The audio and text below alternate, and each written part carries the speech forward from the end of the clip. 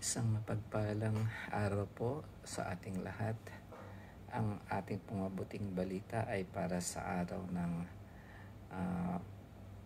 Huwebes, July 24, 2025. Ang mabuting balita ng ating Panginoon ayon kay San Mateo chapter 13, verse 10 up to 17. Papuri sa iyo, Panginoon. Lumapit ang mga alagad at tinanong si Jesus, "Bakit po ninyo dinadaan sa talinghaga ang inyong pagsasalita sa kanila?" Sumagot siya, "Ipinagkaloob sa inyo na malaman ang mga lihim tungkol sa paghahari ng Diyos. Ngunit hindi ito ipinagkaloob sa kanila. Sapagkat ang mayroon ay bibigyan pa at mananagana, ngunit ang wala, kahit ang kakaunting nasa kanya, ay kukunin pa.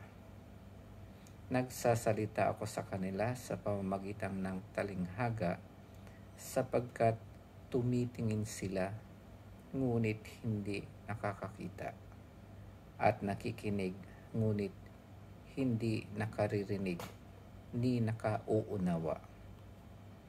Natutupad nga sa kanila ang hula ni Isaias na nagsasabi, makinig man kayo ng makinig, hindi kayo makauunawa. At tumingin man kayo ng tumingin, hindi kayo makakikita. Sapagkat naging mapurol ang isip ng mga taong ito. Mahirap makinig ang kanilang mga tenga at ipinikit nila ang kanilang mga mata.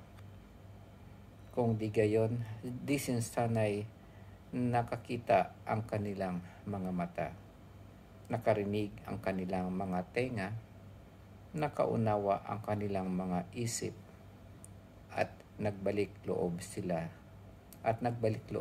sa akin, at pinagaling ko sila, sabi ng Panginoon. Ang mabuting balita ng ating Panginoon. Pinupuri ka namin, Panginoong Hesukristo. Kapatid, ang ating mabuting balita ng ating Panginoon ay tungkol sa paggamit ng talinghaga ng ating Panginoon sa ibang mga tagasunod ni Jesus maliban sa mga alagad.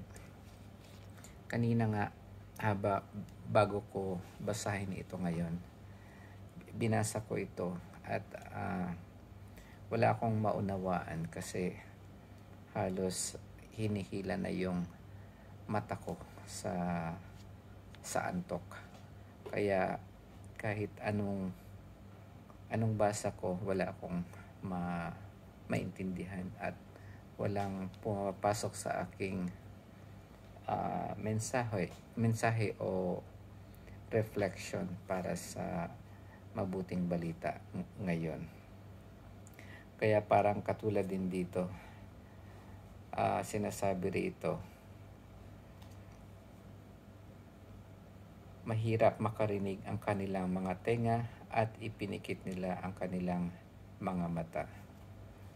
Dito kasi ang sinasabi ditong mata, tenga, hindi po ito yung tinatawag na physical na mata o tenga. Ito po ay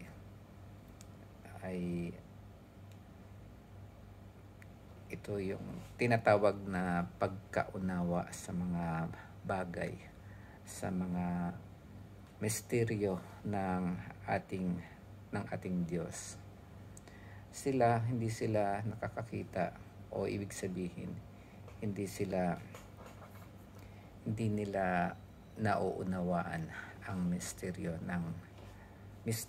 of Christ, yung misteryo na nakapaloob sa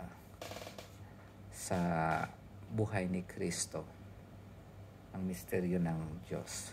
Yun yung dito.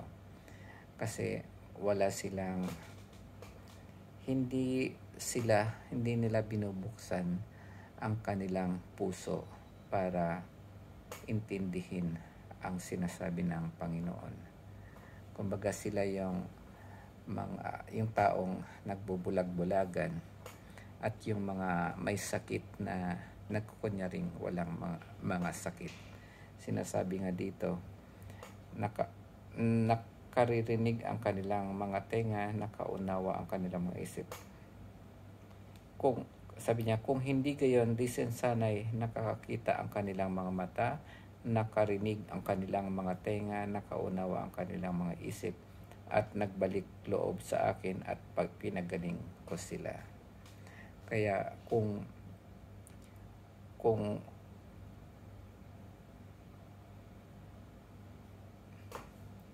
nakabukas ang kanilang puso sa pagtanggap sa ating Panginoon, sana ay nagbalik loob na sila sa Panginoon at pinagaling na sila ng Panginoon.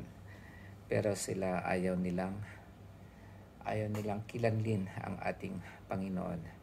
Kaya nananatili silang bulag sa katotohanan at matigas ang kanilang puso para magbalik loob sa Panginoon at pagalingin sila ng Panginoon. Ang mensahe po siguro sa atin ng Panginoon sa mabuting balita na binasa natin ngayon ay sa tingin ko magandang mensahe para sa atin. May mga bagay na hindi talaga tayo maunawaan at ito po ay ang pagkaunawa po sa salita ng Diyos ay isang kaloob o isang gift na ibinibigay sa atin. At bawat isa ay may kanya-kanyang tungkulin sa kanyang kapwa. Ang mga nakakaunawa tulad ng mga alagad ni Jesus, mayroon silang responsibilidad para ipaliwanag din sa ibang tao na hindi nakakaunawa sa salita ng Diyos, sa mga talinghaga na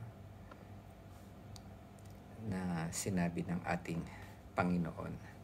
Ganon din naman kapag meron tayo ngayong mga successor o yung mga sumunod sa mga alagad, mga apostles ng ating Panginoon. Yan po ang ating mga pare na nasa simbahan ngayon. Sila pa yung nagbibigay ng kaliwanagan at nagpapaliwanag ng mga salita ng Diyos.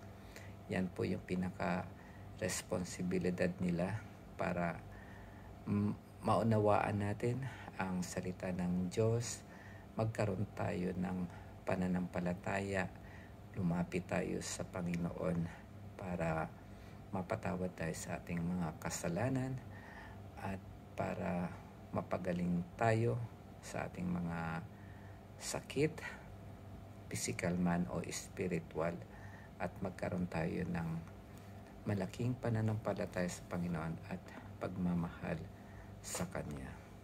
Yun lamang po mga kapatid sa araw na ito. Pagpalain po tayo ng ating Panginoon. Amen.